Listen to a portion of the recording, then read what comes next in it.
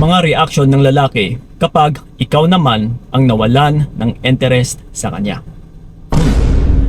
Well, sa topic natin na ito ay isa talaga ito sa mga katanungan din na natatanggap namin na Kuya Kiko, ano ba yung mga reaction ninyong mga lalaki kapag kaming mga babae ay nawala na rin ng interest sa inyo? Okay, so ito bilang isang lalaki na rin, isisiwalat natin sa video na ito. May mga nailista ako dito na 7 reactions na maaari malaki-laki yung chances na ito talaga yung magiging reaction ng isang lalaki kapag nawala na ng interest yung isang babae. So handa ka na ba? No? Na kapag ikaw ay nawala ng interest, ito po ang mangyayari sa isang lalaki. Okay, na yung una sa lahat is bigla kang hahanapin. Yeah. Kapag napansin niyang parang hindi ka na gaano kumikibo, panay ka na rin dahilan, na marami ka ng alibis, and yung tipong parang hindi ka na gaano nakikipagkita sa kanya, hindi ka na gaano nakikipag-usap sa kanya. Yeah. Ang isa talagang magagawa ng lalaki ay yung hahanapin ka. That's why kung minsan magpaparamdam sa'yo through social media, sa pag-chat or sa pang-e-stalk, which is isa talaga yan sa reaction ng lalaki kapag ikaw naman ay nawala ng interest sa kanya. Yes. And then ito, yung pangalawa pa natin is yung magsusumikap. Yes.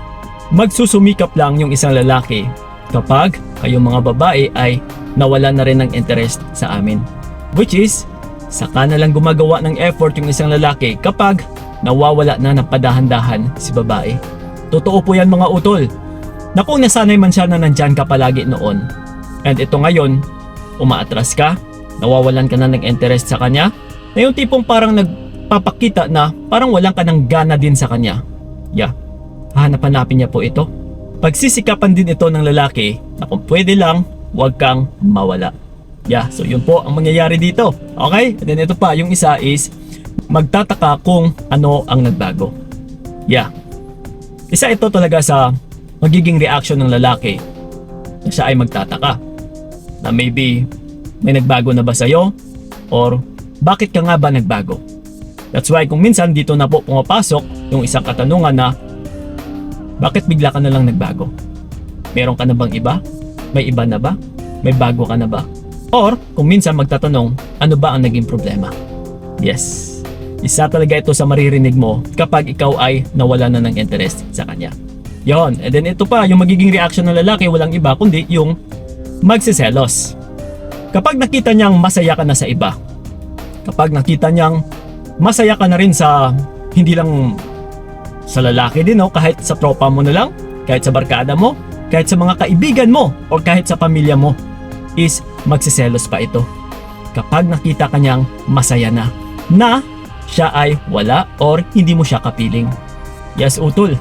No, kasi kung ano yung nakasanayan ng lalaki, magtataka din po yun na uy noon is habol ng habol to sa akin, and then ito ngayon, bakit parang mas masaya na siya ngayon na kahit wala ako? Yes, isa po yan. That's why pumapasok po si selos. Okay, so yun. And then ito, yung panglima natin is matatamaan ang kanyang ego. Kung nasanay siya noon na habol ka ng habol, na ikaw talaga ito yung palaging nagpaparamdam and palaging sumusuyo, palaging parang ikaw pa yung nagmamakaawa para lang hindi siya mawala, na ikaw pa yung humihingi ng oras niya palagi, is hahanap-hanapin niya po ito.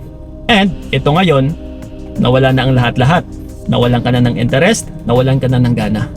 Matatamaan ng ego or matatamaan yung ego ng lalaki dahil mahihirapan din siyang tanggapin ito na kung bakit, take note ha, na kung bakit ka nawala ng interest sa kanya.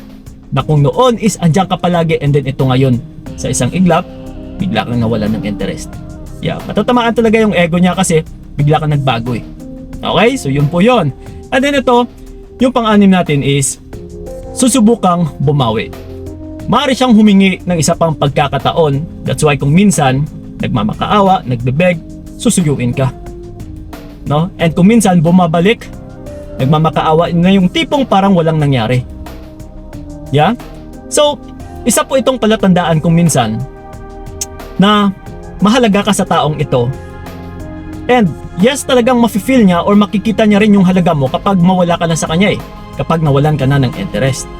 But take note ha, hindi lahat ng nag-e-stay, kumakapit, or nagmamakaawa, or nagbebeg is dahil mahal ka.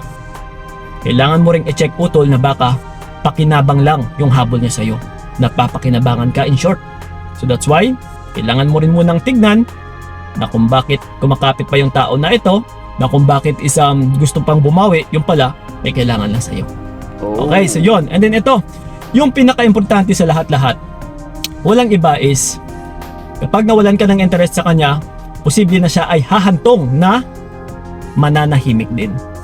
Yes, magpapakita, magpapakunwari na parang wala na rin siyang gana sa'yo.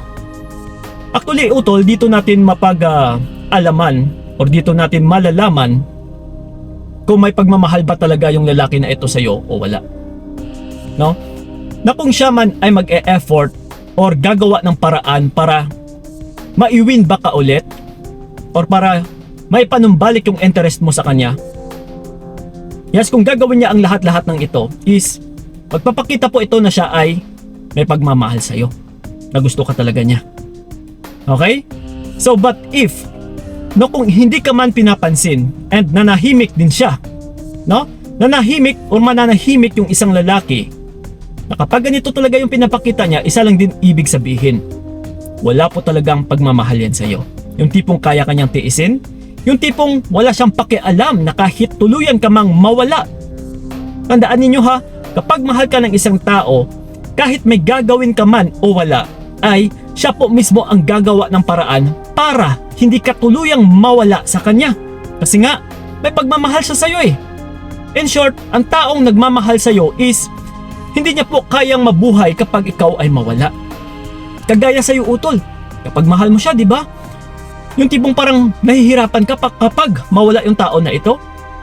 So mutual dapat, pareho din dapat sa kanya. Ganon din dapat siya, na mahihirapan siya kapag ikaw ay mawala.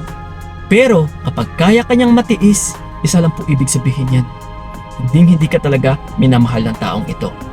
Pero balik tayo kanina sa number 6 na sinabi ko. Hindi lahat ng bumabalik na gustong bumawi is dahil mahal ka. Kailangan mo rin i-check na baka napapakinabangan ka lang niya. Okay?